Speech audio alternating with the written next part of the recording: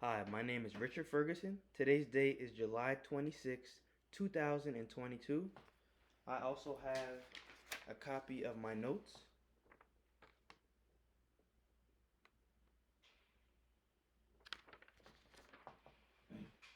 Okay, so today I'll be going over the skeletal system.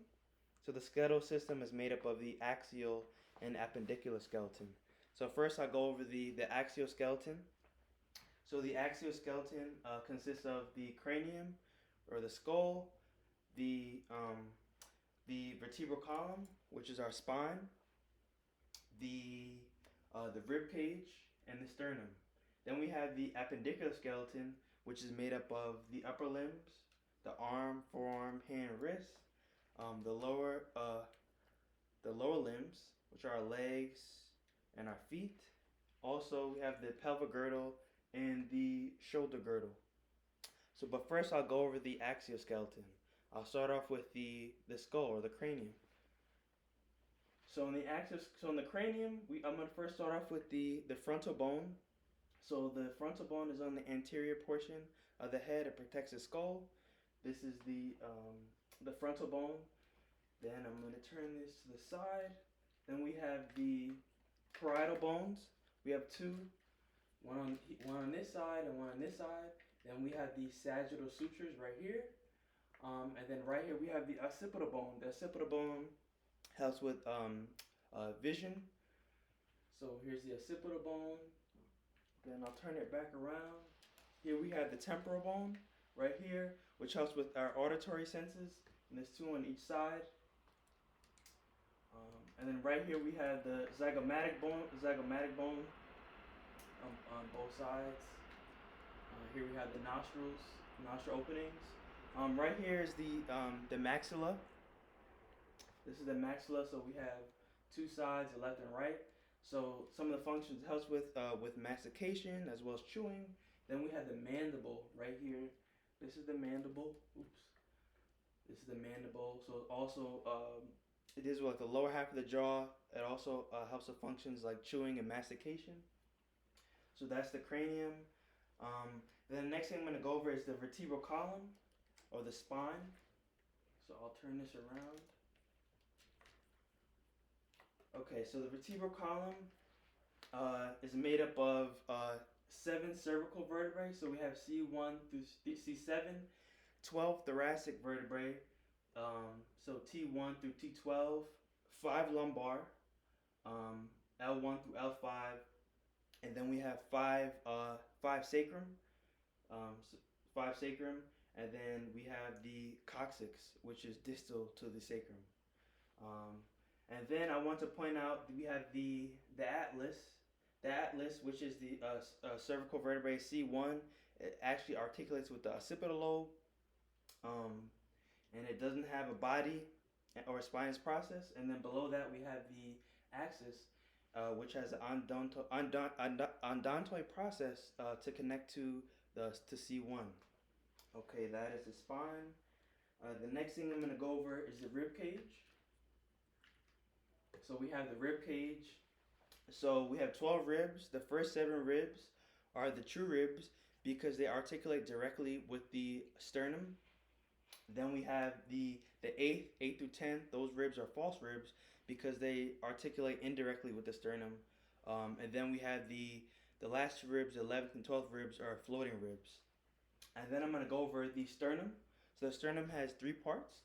So we have the manubrium up here. We have the sternal body, and we have the xiphoid process. Okay, so that's that. Next thing I'm going to go over is the appendicular skeleton. So the first thing I'm going to start off with is the shoulder girdle. So the shoulder girdle is made up of the clavicle and the scapula. So the scapula, as you can see here, sort of it's a flat triangular shaped structure. So the shoulder girdle again consists of the clavicle and scapula. So now after the girdle, next I'm going to show is the arm. So I'm going to go over the humerus. So here we have the humerus. It's a long bone. Here we have the head of the humerus right here. And then if you look at the lateral aspect right here, we have uh,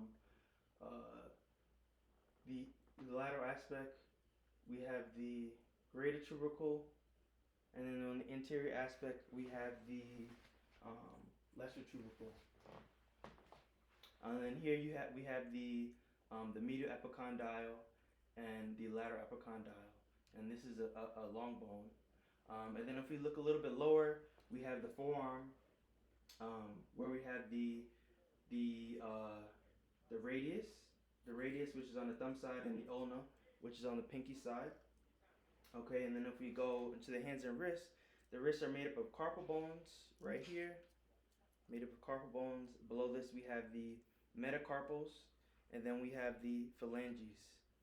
All right, and the phalanges have a proximal, middle, and distal phalanx, but the thumb only has a proximal and distal phalanx. Okay.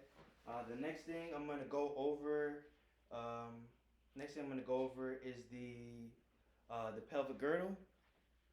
So the pelvic girdle consists of, has three parts: the ilium, the ischium, and the pubis.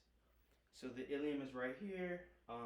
This is the ischium. This is the pubis, and this is the pubic symphysis. And then from here, I'm just gonna adjust the camera. I'm gonna go down to the lower limb. So we'll start with the leg. So we have the femur right here. So we have the femoral head right here. This also helps make up the hinge joint, the acetubulum, and the femoral head makes up the hip joint. This is the ball and socket joint as well. As you can see, this is the femoral head. This is the femoral neck, which supports the femoral head. And then right here we also have as we go, I'm going to look posteriorly. Right here we have actually some distinctive ridges on the posterior aspect of the femur. And this is called the linear aspera femoris. This is very important for certain muscle attachments. And then if we go a little bit lower, we have the medial and the lateral condyle. So those are important because they articulate with the tibia to form the knee joint. And then from there, we'll spin back around. I'll show you the knee joint. This is the knee joint or the patella. This is a sesamoid bone. And then below that we have the lower leg, which is made up of the tibia, which is made up of the tibia. So the tibia here's the largest structure, it's on the medial side, and then the fibia right here, which is on the lateral side. And then below this, we have the foot is made up of the tarsal bones, the tarsals, metatarsals, and phalanges. And then also one more thing I wanted to show is this is the calcaneus, which makes up the heel of the foot. That's that. Okay, so that's the axial and appendicular skeleton, and how this would relate to my career as an occupational therapist. For instance, if somebody has carpal tunnel syndrome, so that would be the compression of the median nerve that really affect their first three digits and part of the fourth. So what I would do for that, give them treatment, whether it be certain modalities like hot pack treatment, cold pack. Definitely do some passively range them, as well as if needed, exercises to strengthen and give them more mobility and range of motion in that area. Thank you for your time. Thank you. Have a great day.